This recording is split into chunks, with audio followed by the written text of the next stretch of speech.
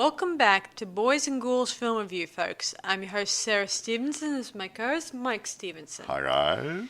So today we are going to review a movie that has been on my books for quite a while, but I couldn't get a copy of it since it came out. Recently, yeah.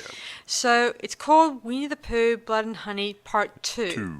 Which was released this year, obviously. March, I think, was it? Mm-hmm. Yeah. So, as I said, it's been on my books, and it took me a while to actually get a copy, obviously. Now, having said that, we did Winnie the Pooh, Blood and Honey 1 some months back, obviously. And personally, I feel this is a better movie. Mm-hmm. I think it's so, but they spent more money on it, too. Yeah, well, a lot of times, if a movie, especially if it's new stuff coming out, and it's got a new story plot and new things, and the first one doesn't come out as good as the first. Well, the first one was made on a really skinny budget of about $100,000 or something rather. Yeah. And it made how much was it? Made about $7 million. So they had the cash to make a better product the second time around. Yeah, and of course, in this movie, people just assume Winnie the Pooh was a man dressed in a costume, wearing a modern, scary version of Winnie the Pooh outfit. Yeah, it's a little bit like the Bunny Man or something rather. Yeah, exactly. Yeah. And most of the time, I imagine some people kept thinking, is this a man in a costume or something? And I think that's lacking in the first movie because there wasn't any backstories. You really didn't know whether Winnie the Pooh was really a bear or a human being or a demon or anything else. Yeah, most of it. Yeah. And anyway, the second one, it gives a little bit more explanation behind backstories and stuff, and so it makes it that makes sense. Yes. Yeah. It's just like when you watch the movie Purge. The first one felt like a home invasion movie, nothing new under the sun. But by the second and third and fourth movie, it gives you a bit of a detailed picture into the whole thing. So in this case, the second movie kind of helps it along by giving you a bit of more of a detail cap into the story more and more. Unlike the first one, who couldn't give you a detailed recap, it only just opened with the fact that Christopher Robin, had these animal friends in the woods, and they became hostile after he went off to university somewhere. Well, that was it. But it develops a lot deeper in this movie. Actually, there's something during an interview with the guys who put this together. The director wanted to ramp up the second movie. Ramp it up. Yeah, ramp it up, make them go crazier and even more extreme. So that's why there's a bit more going on in the second film. So, which makes it, well, what can I say? It's really, it shows the second product, to me, is a far better movie. Yeah. True. Anyway, and we're going to review it in a minute. Also, the director in this one, Same guy. he was the same director who did the first movie, obviously. And I always think if this guy did it first, then he may know where he wants to take the story. If it's someone else that took over, he may make it out that these creatures are supernatural creatures, like the pumpkin head, creature, or the leprechaun, or gosh knows what other things. Getting on that, in the first movie, Frake-Waterfield, he produced it along with Scott Jeffrey. He directed it. He wrote the screenplay. And I think he did the same for this current movie. Let's have a look at it. He wrote the story. Screenplay was written by Matt Leslie, though, this time around. Reese directed it. He was also Reese and Scott Jeffrey were the producers again. So and these are obviously independents, and they spent $100,000 on the first movie, and made about $7 million. This time around, they spent a whopping great $500,000. And so far, it's made about 7.5 mil, so about the same target market. But having said that, there's no mention of home media, and I think really they're going to pick up a lot more on home media on both of them. So. Yeah. Now I'll just go through a few other things. Who's in it? Well, there you go then. A bear? No. Yeah, I can't bear this, folks. I can't bear this. Hey, honey. No, we put the kettle on. No, okay, what have we got here? Okay. I'm just going to go and have a quick cross-check here. Right. Scott Chambers plays Christopher Robin. Mm-hmm. Okay, he wasn't in the first movie. A guy called Nikolai Leon played Christopher Robin in the first movie. Okay, I guess he decided to leave. Oh, yeah, he did his bit. Now, there's a few other people in here, but I won't go through too many of them here. Ryan Oliver, O-L-I-V-A, Oliver, yeah, plays Winnie the Pooh. Mm-hmm. Okay, now Louis Santa plays Tigger. Marcus Massey plays Owl. He's rather ominous, that guy. Eddie McKenzie plays Piglet. I won't go through all the other ones there. It mainly centers around Christopher Robin and his little friends. Yeah, and his family too. Yeah, well, that's it, yeah. But that's mainly them, so... Anyway, we'll leave it at that for the people, and I can't think of anything else to say apart from take it away, Grizzly. Yeah, so the story opens where it starts with narration, where the narrator who was in the first movie, I think, I'm not sure if it's the same one, maybe not, where he goes on about how Christopher Robin was best friends with Winnie the Pooh. Once upon a time, there was one bear. And then one day he went off to university, and when he came back, the animals turned very hostile and started attacking a group of campers who happened to be in the 100-acre wood and were killed.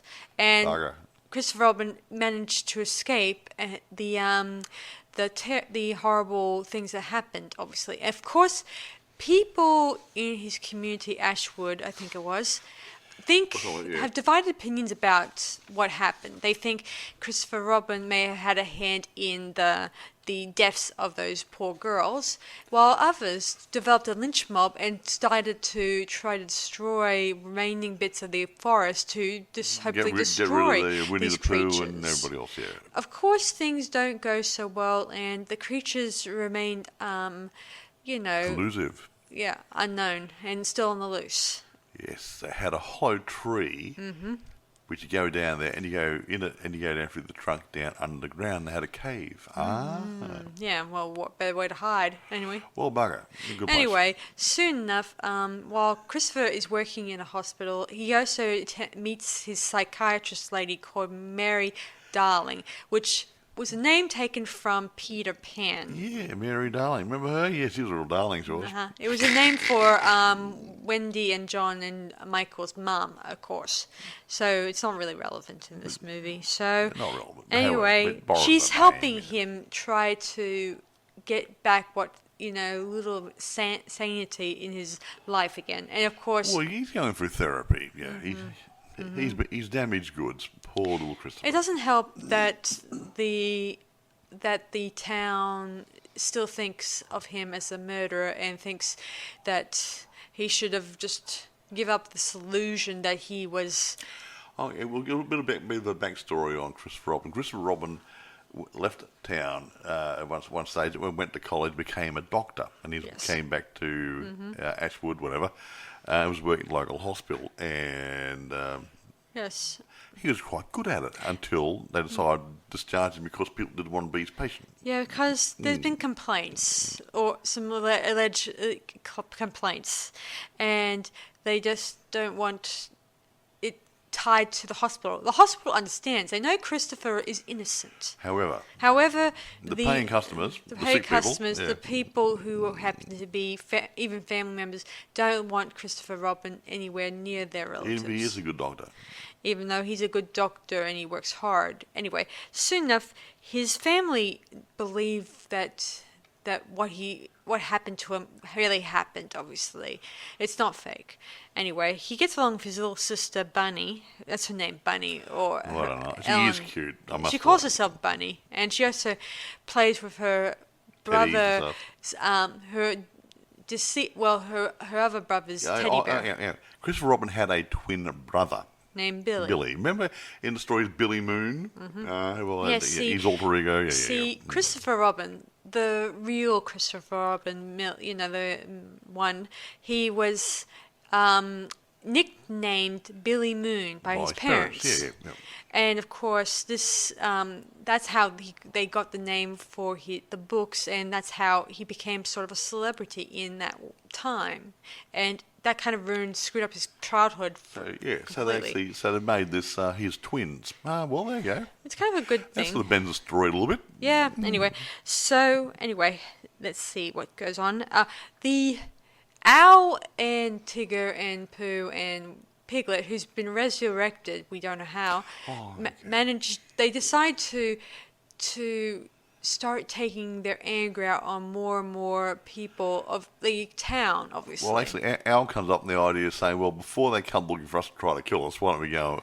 We'll start attacking them. Why don't we attack them first? Which is fair enough. Kill or be killed. They kill a bunch of hunters. Well, they killed 2 of them, and the other one he managed to get out of there. But he manages to get very badly injured. Of course, Christopher Robin finds out about him, and we find out a little bit about how he saw the creatures and what they did to him. Obviously, his face was totally mutilated. Ugh, gross. Yeah, not real good, eh? Also, when he meets his psychiatrist lady, she puts him in a trance, hypnotic trance, in order to find out about his past, going deeper and deeper into his past, indicating about his brother and himself's backstory. We also get to see a little bit of how he interacted with Pooh when he was a little child, and of course, for the narrator says how it depicts a childhood's innocence and how he saw Pooh as a nice character, but to an adult audience, it doesn't come off as... Yeah, Pooh was creepy. It comes off creepy. Yeah. The whole where he takes him into the woods sounds like a cringe, type of thing when you think about it. Anyway, we then get deeper into the past, where we see Christopher with his brother Billy having their birthday celebration, and when they're playing hide and seek, his brother gets abducted by an unknown man. Wasn't several kids abducted at the same time? Got abducted around that time, yeah. Yeah, and they were never seen again, according to, even after they searched the woods, searched the area, and they're all over, they still couldn't find them. Bugger.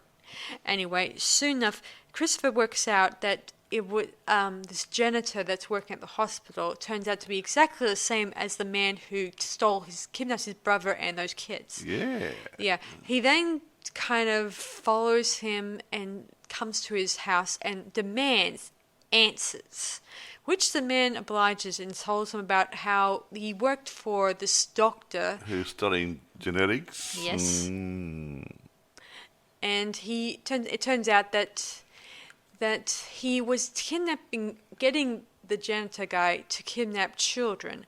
And take him back to his lair, yes. laboratory, and he starts off,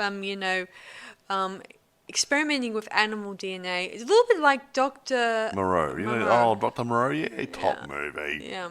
Anyway, the guy, he gives this information to Christopher, but then he shoots himself because he realizes what he'd done. He'd go to jail and stuff anyway, and throw away the key, and Christopher then learns a little bit more about the backstory into the whole thing, and finds out that a little bit more that the doctor did a recording of his experiments and remarked about how he's starting to get fearful about what he's done and thinks that he should kill them before they kill him. The animals were becoming aggressive. Your mutated animals are becoming aggressive. Yeah. Yeah, and he kills them and then gets the janitor to bury them in the woods. Problem is, with these genetics and everything he did to them, all these weird, wide and wonderful changes he did to their DNA structure, they're immortals almost, or pretty much. I mean, Piglet got killed. And he somehow came back to life. Yeah, no, in this movie here, I don't know if he came back to life. Well, last time he died. In this one, he got resurrected. But he also gets killed in this movie. Way to the open. We didn't see him getting better, but he might get better. Yeah, okay. We don't anyway. know. But yeah, so they can come back to life. Yeah, we then later on find out that his girlfriend, Christopher Robin's current girlfriend, I should say, Lex, is babysitting the police chief's son, who's a bit of a slasher fan. He likes Freddy and Jason. We also get to see him. Myers. Yeah. We also see him watching the other. Oh yeah, Blood and Honey one. Yeah, the first one, which is not. Yeah, which often does happen in some movies where you get to see teeny weeny bits from a previous horror movie, and you try not to get too much connections involved. Anyway, so as she's tucking in for the night, she starts hearing noises downstairs, indicating that that Pooh and his friends are breaking into the house. She and the kid she babysits, he quickly hides, and he uses a remote control to control a sort of a race car. A little racing car type thing, and it's got a camera on it, surprisingly. Yeah, she remarked earlier that how much he has booby traps around the house, indicating he's probably not only a horror fan, but also a Home Alone fan. Well, she remarks about how he has these traps. Anyway, this is one of... Well, not really a trap. It's more of just a car with a camera on it, which makes me think of Home Alone 3, which makes me think of that. Anyway, in this one, he goes to the kitchen to see what's down there. We see, I think, a silhouette of Winnie the Pooh there, but then the camera cuts out, and of course the kids run out of there. Eventually, the police chief arrives there, and of course he doesn't fully believe that that there's any creatures there, but he soon sees his son's footage that he captures of Winnie the Pooh, and I guess he starts believing, because for a time I think he also suspected that Christopher Robin that he believed, just like everyone else, that Christopher Robin may have been responsible for the murders in the area. Anyway, meanwhile, while this is all happening, some kids who are, some teenagers are actually having a rave, and they're, dressing up in masks and stuff. And when Pooh arrives there, he starts killing. And of course, the rest he does well. Yeah. He's really good at it. Owl and Tigger arrive and start wreaking havoc on the partygoers. Kill, maim, destroy. And really funny, one thing I've noticed in this movie, so many heads get ripped off. It is so interesting. Gross. Interesting. Why so many heads? Arms and legs get ripped off. And not to mention there were a few gory bits.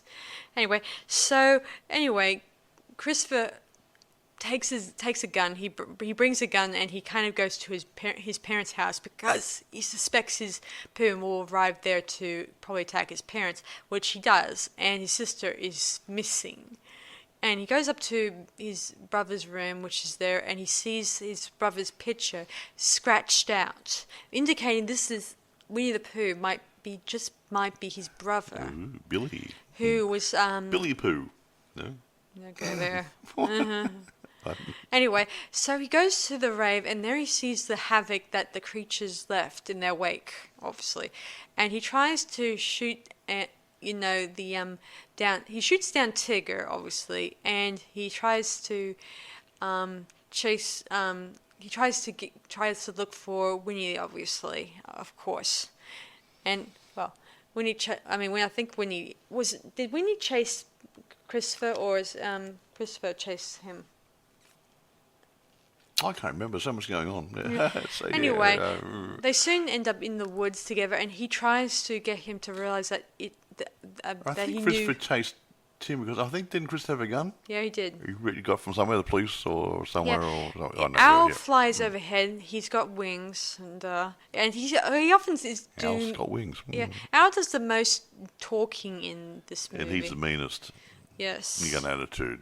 Yeah, anyway, Lex follows after Christopher and I guess hopefully help, obviously. And there she does eventually help Christopher. And, of course, Christopher tries to tell his, Winnie the Pooh, Billy, that he's sorry for what happened and he should have done more to save him from being abducted, but he did nothing. And of course, he remarks, give me back my sister and stuff like that. But of course, Winnie is not wanting in a talkative mood, so he starts choking Christopher, his brother. How rude.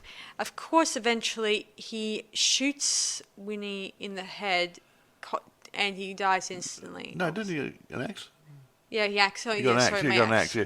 He came up behind him. No, I think he shot him, and then he didn't quite kill him. Then he got up his tone to attack Lexi, yeah. And he came up behind Winnie with a big axe and went smacking the back of his head. Yeah, and of course he says, of course before he got the axe, literally, he says, "Oh dear." Oh yeah. Oh, oh bother. Oh bother. Yeah, like he's saying in cartoons. Yeah, just bother. Like in the cartoons where he often does it when he runs out of honey or he just does something goes wrong. The usual stuff. Anyway, soon enough the police arrive and they know now that Christopher wasn't lying, and they also tell him that his sister Bunny survived, and he remarks the same, that he was glad that she's safe and stuff like that. And soon enough, they're driving in the police car, heading back, and she throws Billy's teddy bear out the window, meaning she's done with all that. You don't need it no more. Then we go to the credits, and we get a post-credits scene where Al is chuckling to himself and remarking that he will bring back Winnie and the others. And he says that he and the group will take revenge on Christopher. Now, having said that, I read in the notes on the computer, even as they were making this movie, at the end of this movie, when they're making it, even before it hit the deck, they were contemplating making Winnie the Pooh, Blood and Honey 3. So yes, no surprise. They got room for a sequel. Yeah, a third one. Anyway, be like Rocky movies eventually, eh? Yeah. Well, let's just hope it doesn't turn into like one of those crazy trilogies. As long as it stops at the right time before it gets boring. Yeah, because not a problem. Because lately a lot of film franchises are getting kind of overdone or really going over the top. Can we close this movie down before we talk about other movies? Sure. So that's Winnie the Pooh, Blood and Honey 2. So I hope. So what are our thoughts on it? I think it's better than the first film. Mm-hmm. I don't care what the reviewers say because the reviewers don't always like the product they're reviewing. So having said that, the people who went to the cinema, they liked it because they paid $7 million to look at it. So yeah. I mean, if it's like watching the Babysitter movie. Yeah, most people thought the first one was great, and when the Babysitter Killer Queens came out, they gave it a flat. They guess quite. Well, I'm the other way around. I like the second movie better than the first movie. So yeah, well, there you go. Then. I mean, I guess it means that you get to explore the surroundings and more depth to the characters, obviously. So, what's the reception like? I know I'm glad you're telling me. Even though we already established that people thought it was. No, I didn't say the people. I'm talking about the official reviewers. You never go totally by them because if they don't like a product, they're not going to grade it high. Yeah. Okay. I always like Rotten Tomatoes because that the viewers contribute to this. 46% based on only 39 critic reviews. It's Winnie the Pooh, blah, blah, blah. An improvement over the original. So I said that in most respects, although the Pooh-niverse remains a place made for hardcore slasher fans. Well, obviously. No. Yeah, it's supposed to be a slasher film. What do they expect it to be? The supernatural one? Metacritic, they gave it 27 out of 100. So that their people didn't particularly like it. Now,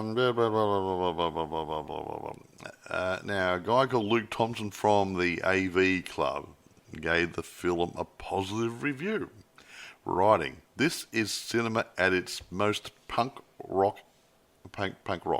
A raucous, unpolished, cheap, I think he means inexpensive, budget.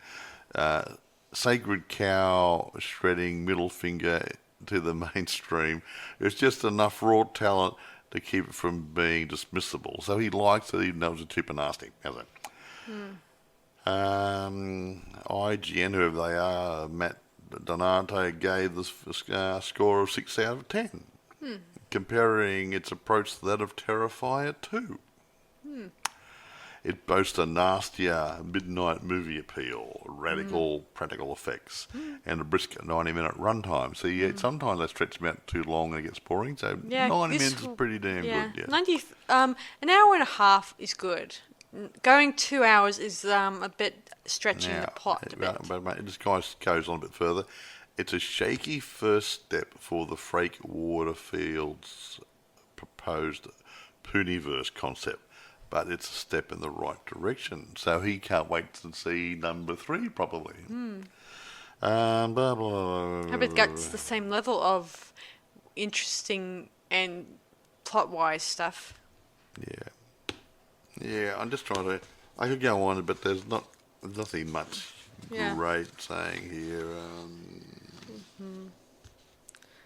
Well, most of it's all sounds good, and some of it sounds like... Nothing more to say about it. But getting back to the sequel, there's 2 days after the film's release, it was announced that a third film was being developed. So there you go. That's good to know. Is it directed by the same director? Probably.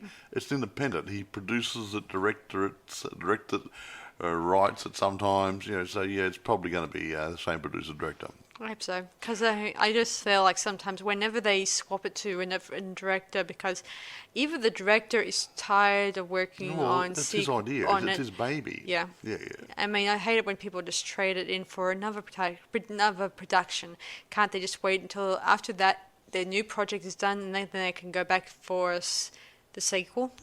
I don't know, maybe... Frake-Waterfield, the producer director, also expressed interest in making films about Thor, the Norse god of thunder, as well as copyrighted franchises such as the Teletubbies. Obviously, it would get a bit dark. That would be Teenage Mutant Ninja Turtles, I might make them a bit darker, and the Powerpuff Girls. That's something interesting. Okay, he just goes a sicko. I like him. Hey, I don't mind so much. I mean, it doesn't ruin my childhood if such a childish character turns into a terrifying one. I mean, we'll talk about those robot ones we talked about the other night. Those robots, kids show. We talked about last night, where the robots had a show and it was going to get canned. Oh, you mean the Banana Splits? Yeah, Banana Splits. Yeah, that was a really, really good bent movie. Yeah, I love that as one. I said before, when we were last time we were here, there's nothing wrong with taking such an innocent such characters and turning them into really creepy, nasty ones. I mean, the only ones who will complain are the people who were the fans of it. Yeah, well, but the point is, I mean, when you get... Well, how would you put it? What's a good one? Look, let's say...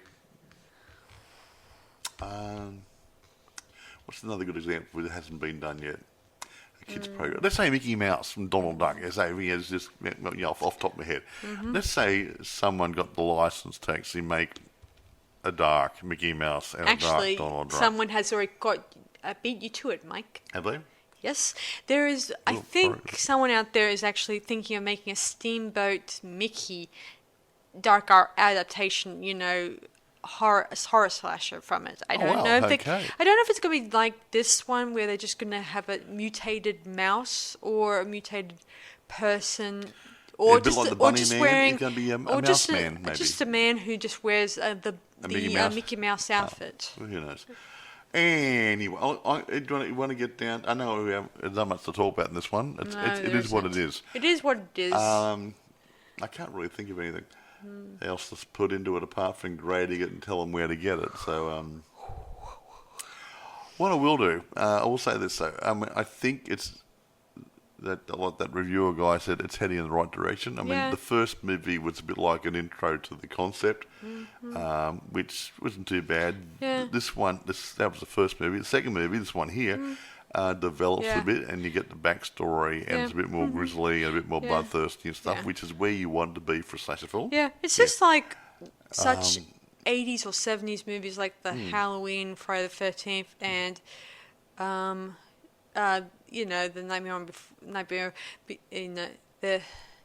the Nightmare on Elm Street, where it starts off as an independent thing, and some people would just say the studio heads like Paramount and Universal would probably say thumbs down on it because it's not their thing. But then when it develops a fan base, and then they take it on. They start trying to take it on and say, we want to get the rights to this because we think there's money in the making of this one. Well, you look at, I don't know if the same thing applies to the Texas Chainsaw Massacre. It's probably the same thing too. They made it, they borrowed money, they made the movie, and how many did they make?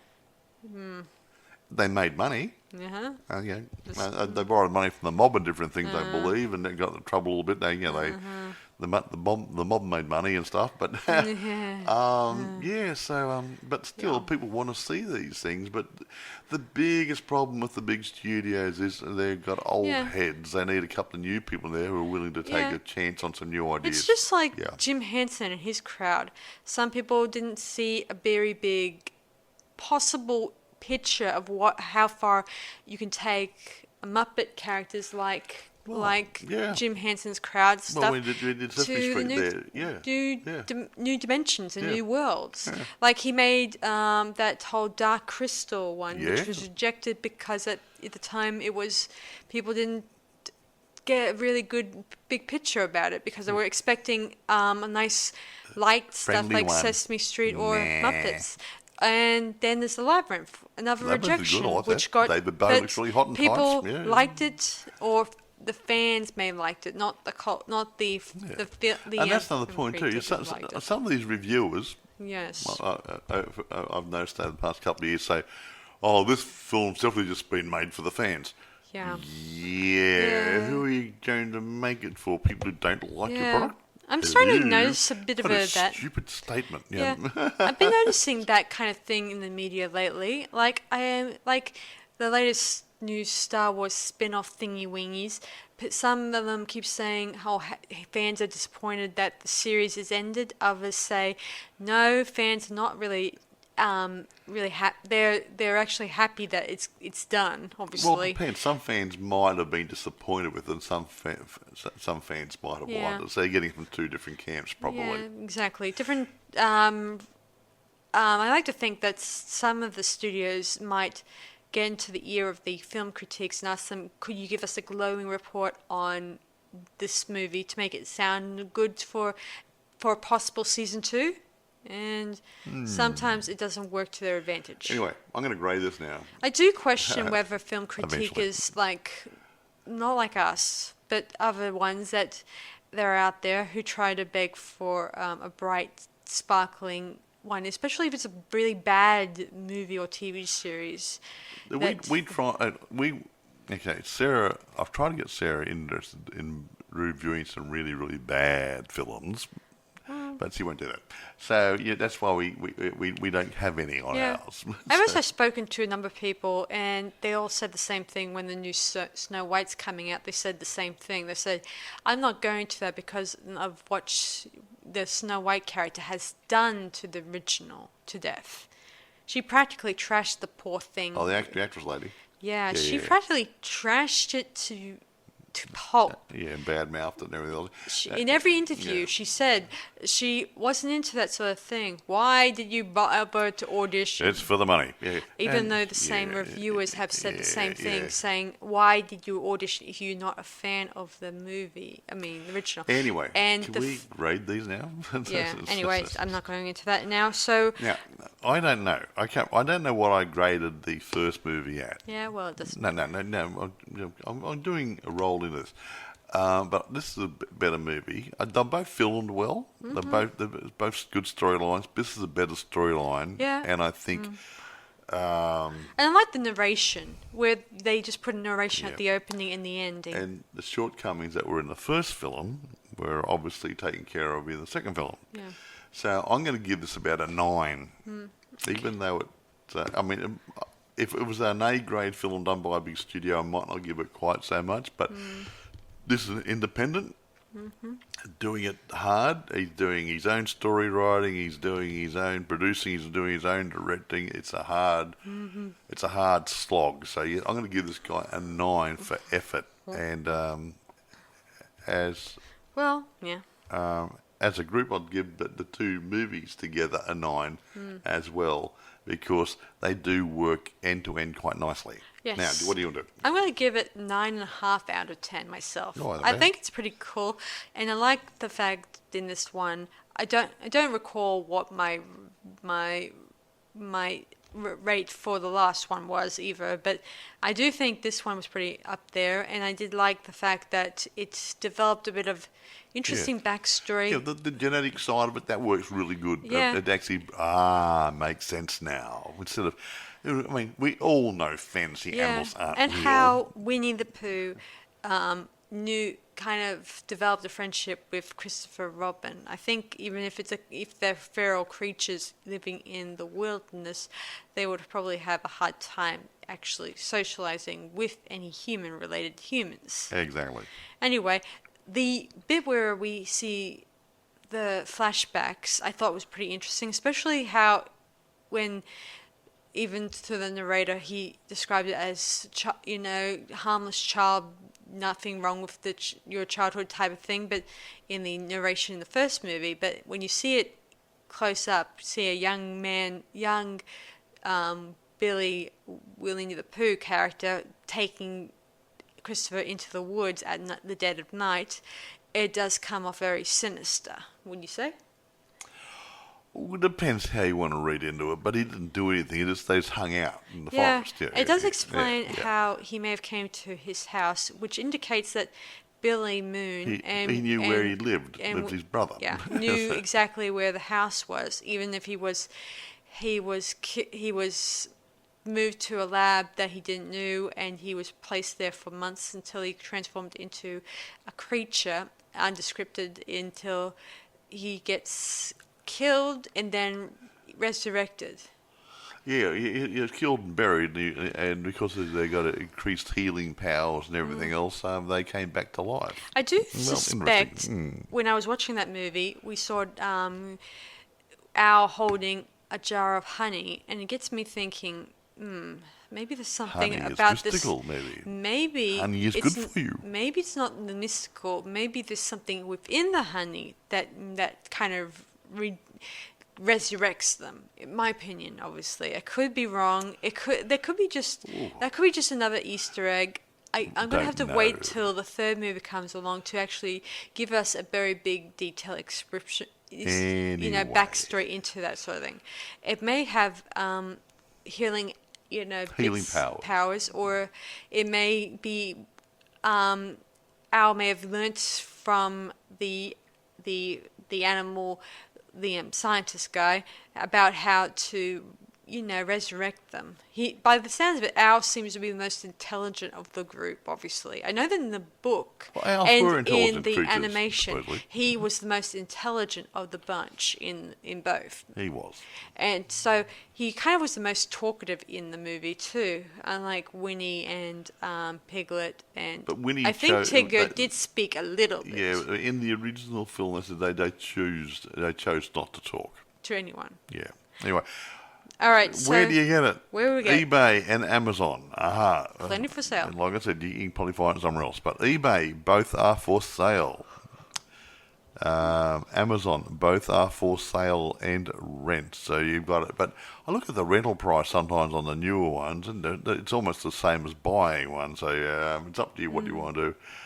It may be on YouTube. I'm not really sure. Or Netflix or Shudder. It might be in there. So if you want to have a look around, but I mean, yeah, it's a possibility. It's a good look. It's a possibility, considering it is horror. It's a horror slasher, and Shudder would most likely be the best streaming site for it, obviously. You would like to think so. Considering that it deals with horror and slashers and any type of gore you may think of. I've never been on there, but I know where most people often get horrors these days. Anyway, so that's Winnie the Pooh, Blood and Honey 2. So it's up to you guys to actually sit down and watch the thing. So I suggest you guys to go check it out and let us know in the comments what you guys think of the sequel. Winnie the Pooh, Blood and Honey 2. And if you guys know any other movies that deal with movies like this, or I should mention they might be making a Pinocchio horror slasher thingy wing. I don't know too much about that one, obviously. Whether it's going to be like a Chucky doll type one or well, that can work, yeah. Other stuff, because it was mentioned. I'm a real boy. Yeah, whatever. It was mentioned in the credits. It showed an illustrated drawing of Pinocchio, and hinting at what possible story that dear old the director or the writer are planning to do next. It's hinted because it's in the director's film credits about his he's going to do Pinocchio as one of his projects. Even though you did say yourself there might be a third movie of Winnie the Pooh on its way out, obviously. Oh yeah. So who knows what's going to come next for our filmmaker crowd. So anyway, so that's it from us, guys. So I hope you guys enjoyed this podcast, and I hope you guys actually check out the movie, obviously. So I hope you guys have a good week. Speaking of week, this week, when this podcast comes out, this week will be where we're going to be going to that new movie called Beetlejuice movie, obviously. The new one, yeah. The new one. And that would mean we're going to be probably covering it with maybe a fellow colleague. Yeah, we might. Yeah, what are you going to do it, are you? Well, me and William, maybe if he feels up to it, if you want, he's available, and maybe you, obviously, that will cover it on this channel. Yes. So I'll be sure to let you guys know how the movie is, obviously, and I'll see you guys for our next podcast. So this is Sarah Stephenson. And Michael. Saying see you guys around on Boys and Ghouls Film Review. Bye for now and have a good week. Bye, guys.